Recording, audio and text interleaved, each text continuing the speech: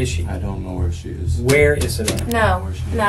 No. Where did you go with her? I know you're not that cruel inside. I'm begging you, Lee. Just tell us. I don't know where she is. This is Lee Rodarte, a man taken into custody for being suspected of kidnapping and killing his co-worker, Savannah Gold. With no ideas of where Savannah could be, the cops knew getting this interrogation wrong could mean they might never catch the killer. What's even worse is that Lee had a foolproof story that was going to make sure Savannah was never to be found.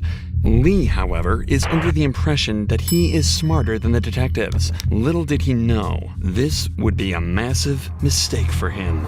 On the 2nd of August 2017, Savannah's family received text messages stating she was running away and quitting her job. The messages were riddled with errors, causing her family to panic and report her as missing immediately. Throughout the investigation, the police were grasping at straws until they were suddenly sent the CCTV footage from the Bonefish Grill where Savannah worked. The video shows her getting into a silver car in the parking lot before it began to shake violently, with the door being thrust open and pulled shut 3 times. The car then drove out of the parking lot and Savannah was never seen again. After a series of interviews, they discovered the car was identical to Lee Rodarte's, a manager at the grill and boyfriend to Savannah for around 2 months. Lee was immediately arrested on suspicion of murder and brought into the interrogation room. However, he was told by police it was for an unimportant traffic warrant. And that's when the following happened. I'll stay right out here. You can go have a seat for me real quick. I'll be right back, okay? Yes, sir. Being told the detective will be right back obviously implies to Lee that he won't have to wait long to be seen. But it'd actually be 90 minutes before anyone enters the room again. Only a few days ago, Lee was interviewed about the disappearance of a girl he kidnapped, and now he's been handcuffed and taken into a police interrogation room. Lee will be feeling incredibly anxious now, but remember, he's confident that there's no way the cops have enough evidence to take him down. But unfortunately for him, the facade the detectives put up is all about to be ripped away. Hey, man. How you doing, man? Good. You remember me from the other day? Detective sir. Reeves? Okay. This is my partner, Detective Staley. The detective that enters isn't the same one that brought him in. It's the one who interviewed him about Savannah 3 days prior. Any comfort he found in thinking this was all unrelated has now been completely taken away and replaced with pure panic. But Lee's plan remains the same, so he tries to keep himself composed as he prepares for the onslaught of questions he's about to be hit with. So, Savannah, you said that you knew her and you guys had, you knew her from work. I mean, just kind of fill me in with that. How long have you known her? Like I said, I've known her obviously since she started working there. I would say probably about 8 months ago, we started hanging out outside of work. And at the time, I had a girlfriend. But we kind of connected, me and Savannah. So we hung out a little bit here and there. Got pretty close. We come from, I guess, somewhat similar backgrounds, I guess you should say. The question Lee was given was, how long have you known Savannah? A question that surely merits a fairly simple answer. When hit with a question like this, people who have nothing to hide keep their responses short, taking the questions at face value.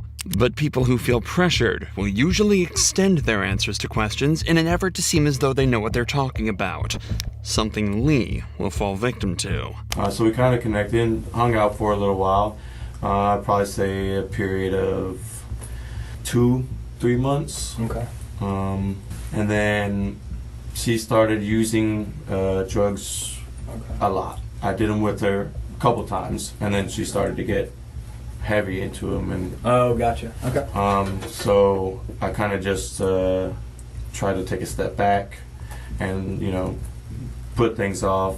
And then probably a month or so ago, I saw Savannah at work and she looked healthy again. She gained a little bit of weight. We kind of were talking, here and there. We hung out a couple times.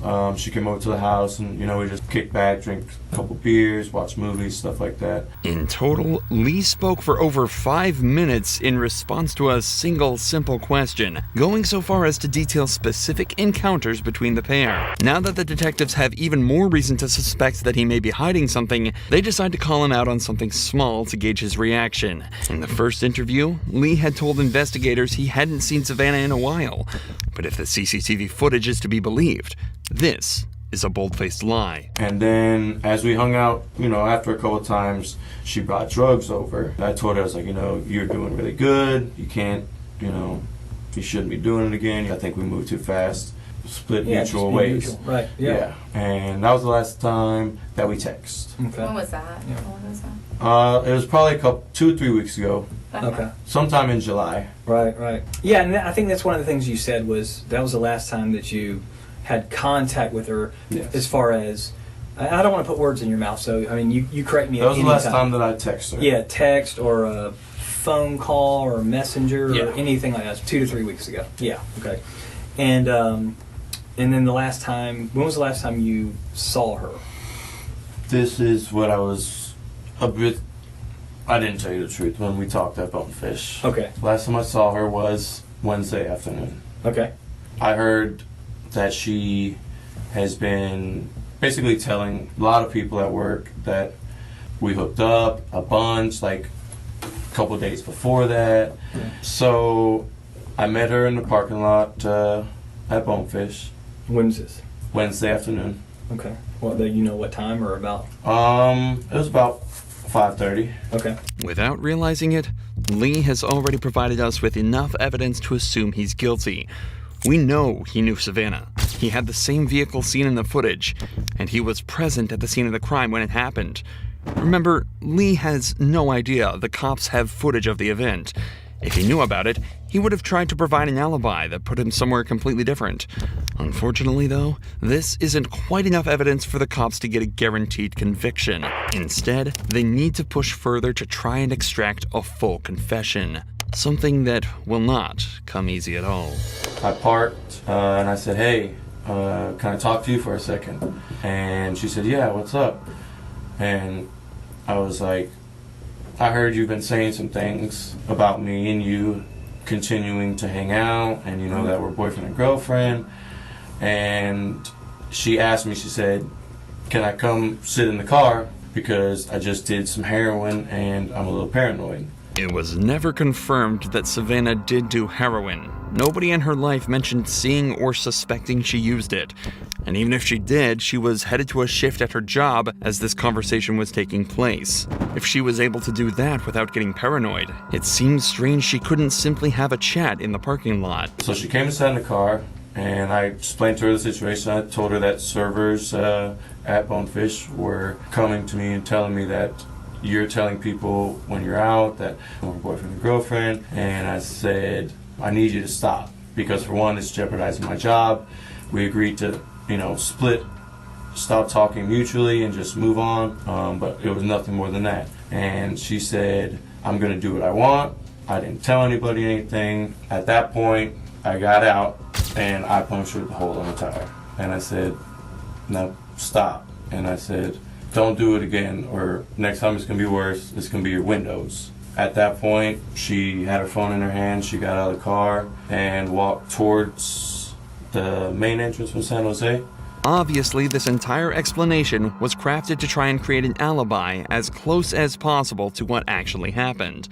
But the few small inaccuracies are actually glaring windows directly into the truth. We know that Savannah never left the vehicle in the parking lot, and that she drove away with him just minutes after getting in. Lee is unwittingly constructing a mountain of evidence against him in the form of lies that he thinks he's getting away with.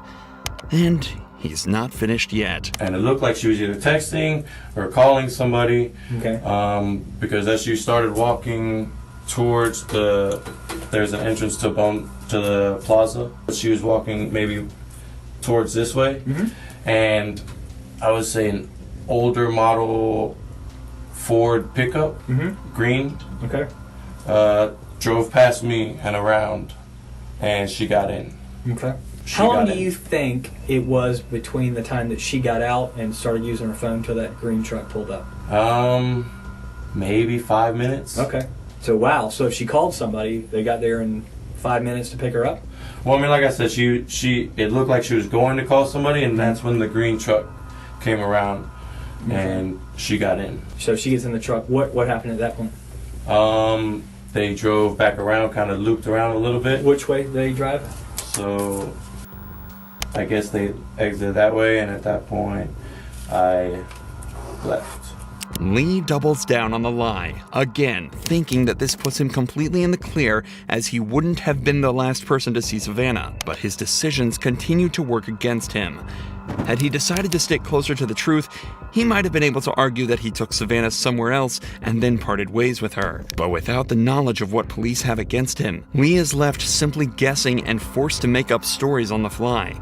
This is why it's so important to call a lawyer, innocent or not. In an interrogation, detectives are allowed to both lie and withhold evidence from you, putting you in a very difficult situation where you're at the mercy of their tactics and games. However, the second you bring an attorney into the mix, things get exponentially easier, as police are forced to turn over all of the evidence in their possession so they can put together a fair and sound defense for you. Calling a lawyer isn't just having a wingman at the interrogation room. It's an unlocked door that bypasses almost all of the police's tricks. It goes from them interrogating you to a legal battle. But, needless to say, Lee hasn't called the lawyer and has been left at a disadvantage from the beginning. If Lee was as smart as he thinks he is, he wouldn't have waived this right, and likely would be in a much better position. What happened to your neck? That was self-inflicted, actually. Why? I just have been having kind of a hard time. To your neck? I couldn't. Yeah, I did. And What did you use? a knife. When did you do that? Some time in July. You did that in July and it's still Yeah. bloody? Well, I kind of peeled the scab here and there at work, hitting it on stuff like that. I peeled it last night working. And it was coming off a little bit today, so I peeled that a little bit. All right, let me see. But this was the same night. This one was just a lot worse Yeah. than this one was. Okay. And that was in July? Yeah. Okay. Like a few weeks back. Yeah. Okay. It doesn't take a genius to realize how brazen of a lie this is.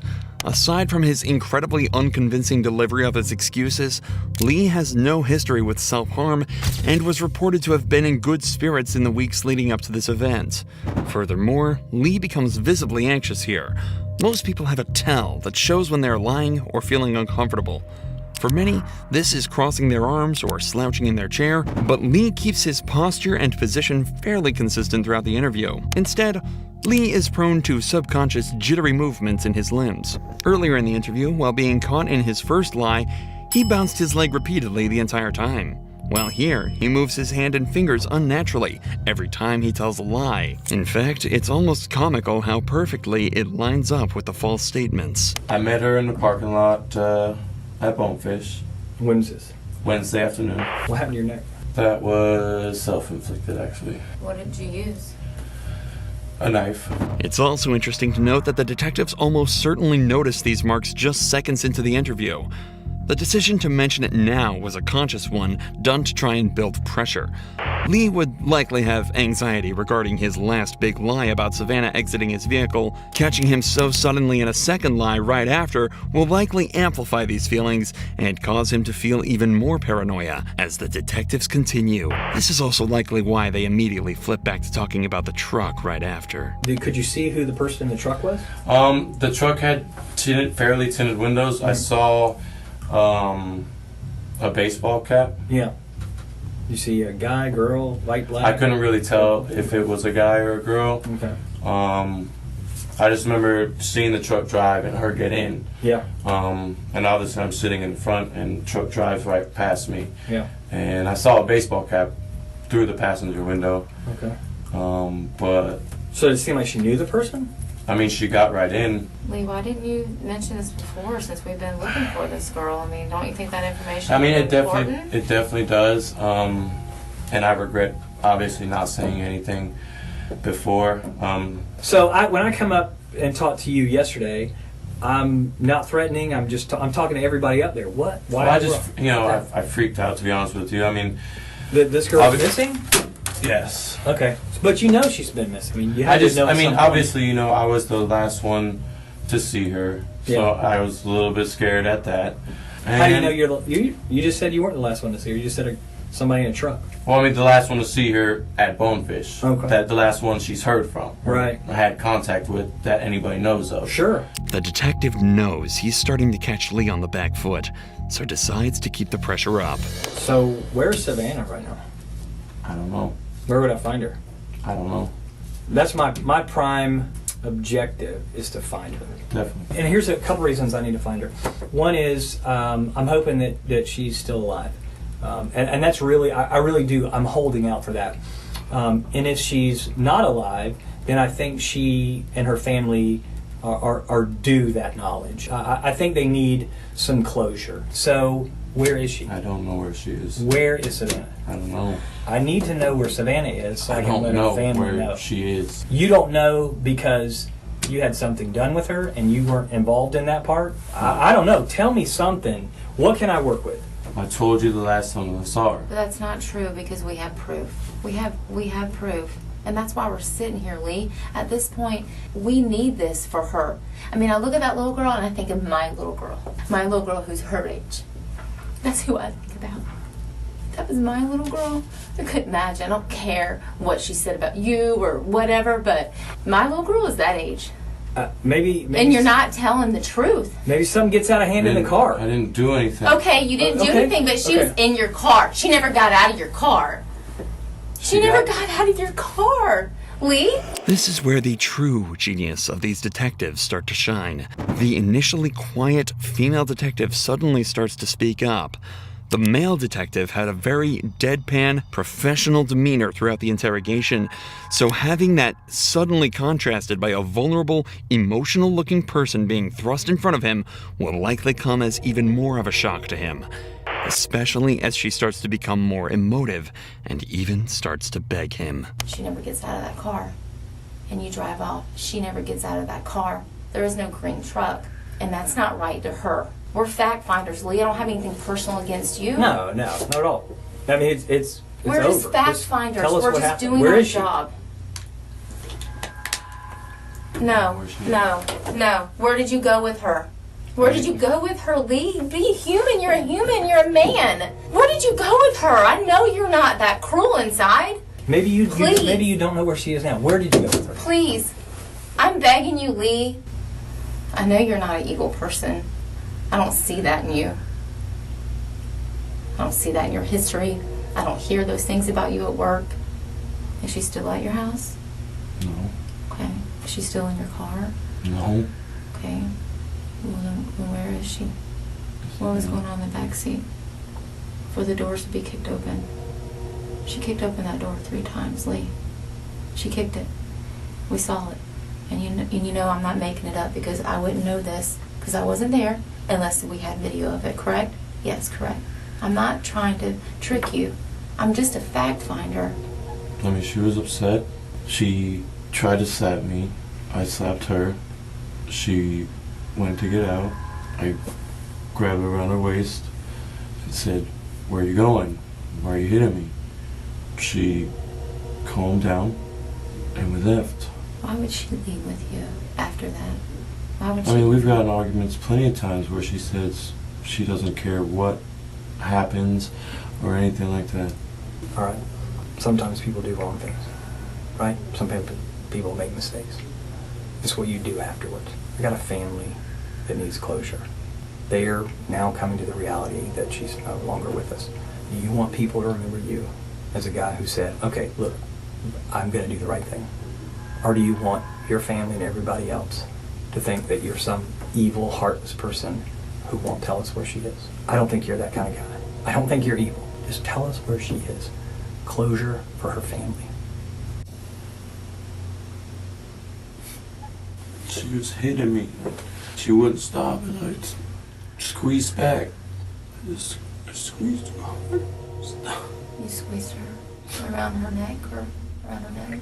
She just wouldn't let go. I didn't let go. Where is she now?